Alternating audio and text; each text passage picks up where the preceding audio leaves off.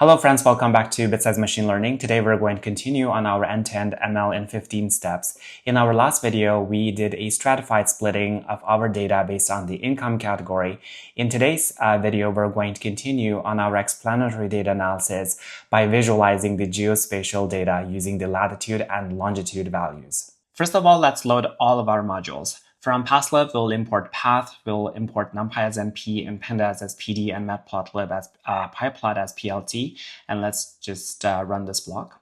And as usual, let's take a look at our the entire structure of our project by using the tree function. And our data housing.csv is within the data folder. And then currently we are in the visualizing geospatial data Jupyter notebook, which is underneath the notebooks folder. So that's the entire structure. So now let's load our housing.csv using pandas, using this block. If you haven't done already, I encourage you to watch the previous videos to do how to do this.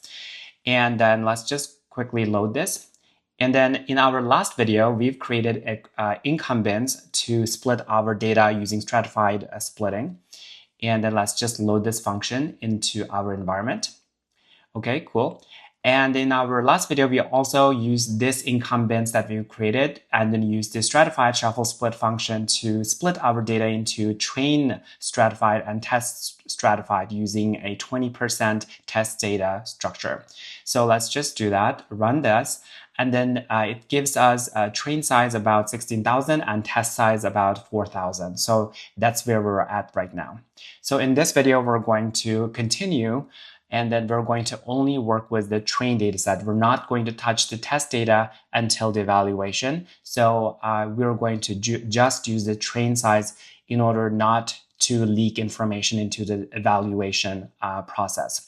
In order to do that, we will create another variable called housing equal to train strat.copy. The copy will copy it into another variable.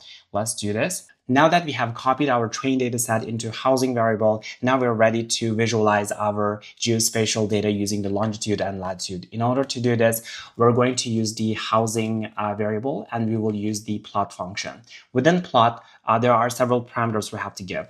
So the first one is going to be the kind. And we will use the scatter plot, and we're going to specify the x-axis. On the x-axis, we're going to have the longitude variable. And the y-axis, it's going to be the latitude variable. Just with these three variables, if we run this, it's going to give us the preliminary figure. So as you can see in the figure, the x-axis is longitude, the y-axis is latitude, and then the scatter plot is here. However, it's not as informative because we don't know where in this figure there are more population. In order to do that, we can use another parameter called alpha. Alpha is going to control the transparency of the points, 0 being the most transparent, and then 1, there's no transparency. And we can set it to 0.5. And then when you run this, it's going to give us a more transparent points so that we can see where in this map there are more population. As you can see, there are more concentrated in certain areas. However, we can add more information to this by controlling or giving it more parameters. For example, we can link the size of these points to the population of our data. For example, size is going to be controlled by parameter s. S is going to be equal to housing, and we can link it to the population, and we will divide it by 100 just to make sure that some of the higher population density will not be a huge points. So that when we run this, it's going to be better because there are some points that are larger sizes so that we can see where population is denser in those areas. But we can further improve this by giving it some colors. In this case, we can give more colors. We can link the colors to the median house prices. To do this, we can use the C parameter, which is the color parameter. And C parameter, we can link it to the median house value.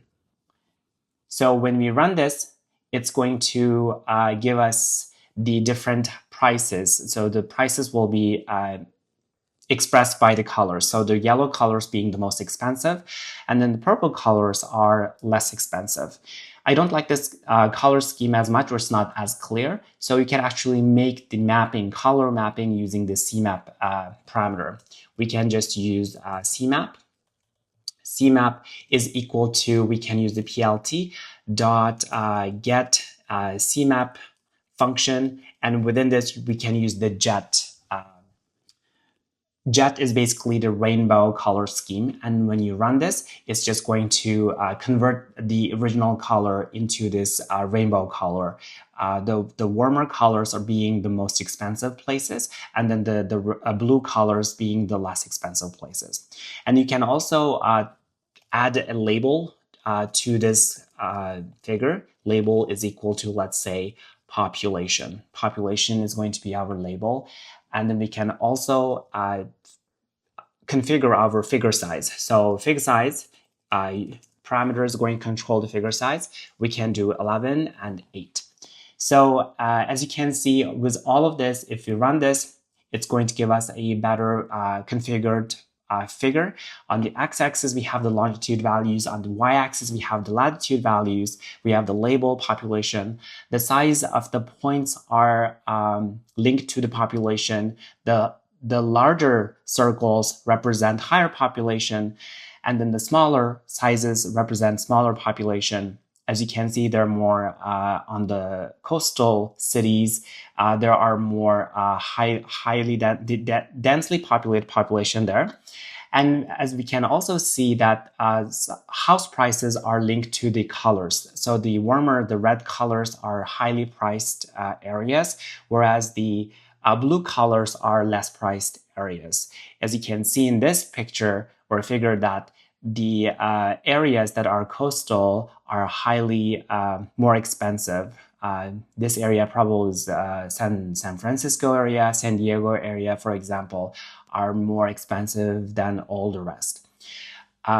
So this is great. However, this doesn't actually give us or overlay this whole image onto a map. If we can see exactly where these are on top of the map, it will be more informative.